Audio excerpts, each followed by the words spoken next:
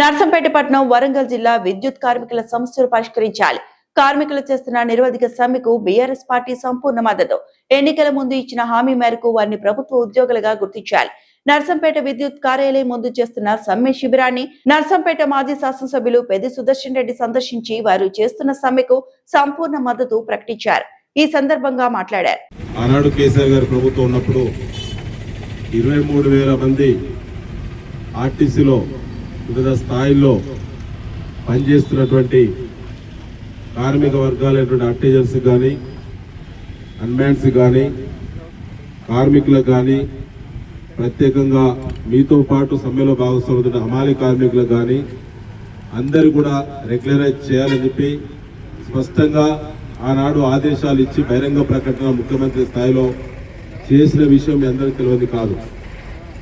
ఆనాడే ఇప్పుడు ప్రభుత్వంలో ఉండబడినటువంటి ముఖ్యమంత్రి ఉన్నటువంటి రేవంత్ రెడ్డి గారు, కాంగ్రెస్ పార్టీ పెద్దలు ఆనాడు రైతులకు సరిపడా నాణ్యమైనటువంటి 24 గంటల విద్యుత్ సరఫరా సందర్భంగా మన రాష్ట్రంలో కొత్తగా రాష్ట్రం వచ్చింది. ఉత్పత్తి తక్కువ ఉండి, ప్రొడక్షన్ తక్కువ ఉండి, డిమాండ్ ఎక్కువ ఉన్నటువంటి సందర్భంగా సప్లై చేయడంలో ఉండబడినటువంటి ఒత్తిడికి ఆనాడు ఆలోచన చేసి ప్రత్యేకంగా ఛత్తీస్గఢ్ నుంచి కానీ ఇతర రాష్ట్రాల నుంచి మనం విద్యుత్ కొనుగోలు చేసినప్పుడు ఏ రకమైనటువంటి దుష్ప్రచారానికి ఒడిగట్టిలో అన్న కాంగ్రెస్ పార్టీ మీ అందరూ తెలియదు కాదు.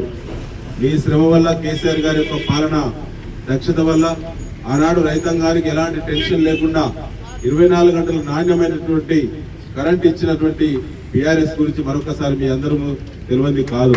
అందులో మీ కష్టం కూడా ఉన్నది కాబట్టి ఆనాటి పాలన రామరాజ్య పాలన కల్పించింది. రైతుల పక్షాన ముఖ్యంగా గ్రామీణ ప్రాంతంలో ఉండేటువంటి డొమెస్టిక్ సర్వీసెస్ మీద కానీ లేదా ఏజీఎల్ సర్వీసెస్ మీద కానీ ఒకసారి సమీక్షించుకుంటే ఆనాడు ఎంత టెన్షన్ లేకుండా పవర్ సప్లై మీరు చేయగలిగిలో ఈ సందర్భంగా మనం గుర్తు చేసుకోవాల్సిన సందర్భం మిత్రులారా. అయితే ఆనాడు కొంతమంది అధికారుల యొక్క సహకార లోటు జరిగింది.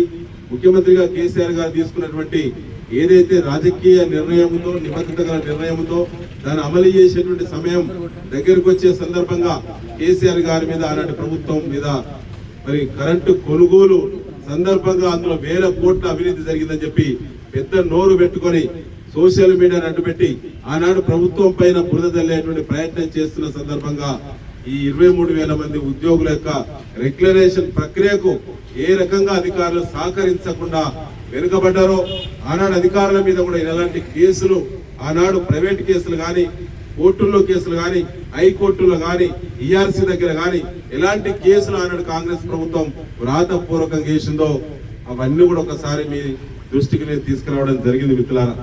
సరే, కాలక్రమేణా ప్రభుత్వం అయింది, హామీ ఇచ్చిన కాంగ్రెస్ పార్టీ వాళ్ళు. రేవంత్ రెడ్డి గారు పిసిసి అధ్యక్షులు ఉన్నప్పుడు పాదయాత్ర చేస్తున్నప్పుడు వారితో పాటు ఇప్పుడు ఉప ముఖ్యమంత్రితో పాటు మన విద్యుత్ శాఖ మంత్రిగా పనులు నిర్వహిస్తున్నటువంటి బట్టి విక్రమార్క గారు కూడా ఆనాడు హామీ ఇచ్చారు. మేనిఫెస్టోలో చాలా స్పష్టంగా ఉన్నది.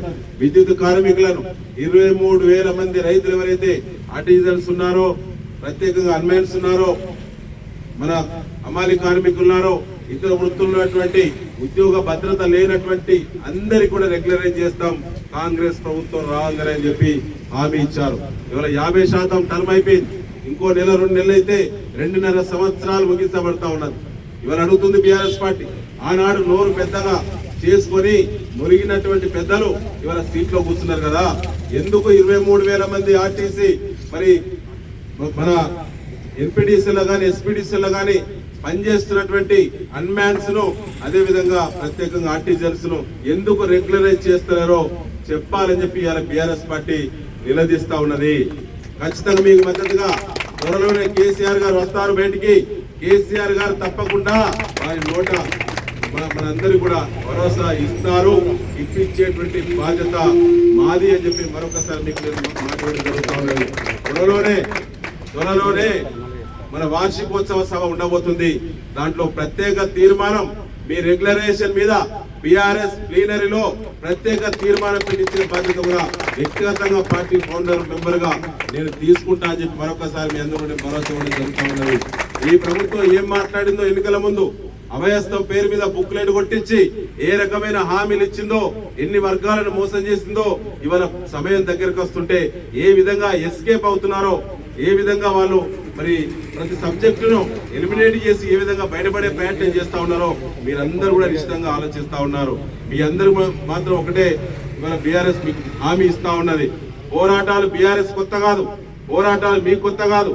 మనందరం కలిస్తేనే ఆనాడు తెలంగాణ రాష్ట్రాన్ని మెడలు వంచి గుంజుకొచ్చిన చరిత్రలో మీరు భాగస్వాములు, మీరు హక్కుదారులన్న విషయాన్ని నేను గర్వంగా చెప్పదలుచుకున్నా. మిత్రులారా, ఒక ఉద్యమకారుడిగా ఆనాడు వరంగల్ జిల్లా ఉవ్వెత్తున ఉద్యమం లేచినప్పుడు ఆనాడు NPTCL కేంద్రంగా జరిగినటువంటి అనేక ఉద్యమ తీవ్రతల్లో పేరెక్కినటువంటి ఉద్యమాన్ని నడిపిన దాంట్లో ఆనాడు మీ పాత్ర అమోఘమైంది, అభినందనీయమైంది. ఖచ్చితంగా మిమ్మల్ని కడుపులో పెట్టుకుని కాపాడే బాధ్యత బీఆర్ఎస్ అని చెప్పి మరొకసారి తెలియజేస్తూ, శాంతియుత ఉద్యమాలు ఉధృతిగా ముందుకు పొండి మీకు మద్దతుగా మేము ప్రత్యక్షంగా ఉంటాం. మా కార్యకర్తలు ఉంటారు, మీ గ్రామాల్లో అధికారులట ఈ మధ్య కొంతమంది మీద మీ యూనియన్ నాయకులను లేదా పేరు తెలిసిన వాళ్ళను లేదా ఏదో ఒక నోటు పెట్టి ఇబ్బందులు పెట్టి మెమోలు ఇవ్వడం లేదా సస్పెన్షన్ చేయడం, ఇతర ఇబ్బందులు చేసే ప్రయత్నం చేస్తా ఉన్నారని చెప్పి పత్రికలో వార్తలు వస్తామని టర్మినేట్ కూడా చేస్తారట.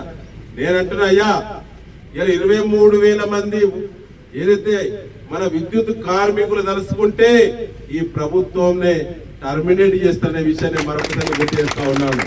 గంట కరెంట్ ఆగితే, గంట సేపు కరెంట్ ఆగితే ఈ ప్రభుత్వమే దిగి రావాల్సిన పరిస్థితి వస్తుంది. ఆ పరిస్థితి తెచ్చుకోవద్దని, ఎందుకంటే ప్రజలకు ఎక్కడ ఇబ్బంది జరగొద్దని ఓపికతోటి ప్రయాస పద్ధతిలో సమ్మె నిర్వహిస్తున్నటువంటి మరి కార్మికుల పట్ల వేధింపులు ఎవరు చేసినా, ఏ అధికారులు చేసినా వాళ్ళని కూడా టార్గెట్ చేయడంలో మీకు మద్దతుగా వ్యక్తిగతంగా నేనుంటే జిల్లాలో టీఆర్ఎస్ పార్టీ ఉంటుందని చెప్పి మరొకసారి తెలియజేస్తూ, సమ్మెను ప్రజాస్వామ్య పద్ధతిలో ముందుకు తీసుకెళ్ళండి. మీ డిమాండ్ నెరవేర్చేంత వరకు కూడా మీరందరూ కూడా ముందుకు పోవాలని చెప్పి నేను తెలియజేస్తూ, మీ అందరికీ పేరు పేరు నమస్కారాలు మరొకసారి తెలియజేస్తూ ముగిస్తున్నాను. జై తెలంగాణ. మరిన్ని అప్డేట్స్ కోసం మా ఛానల్ ని సబ్స్క్రైబ్ చేయండి.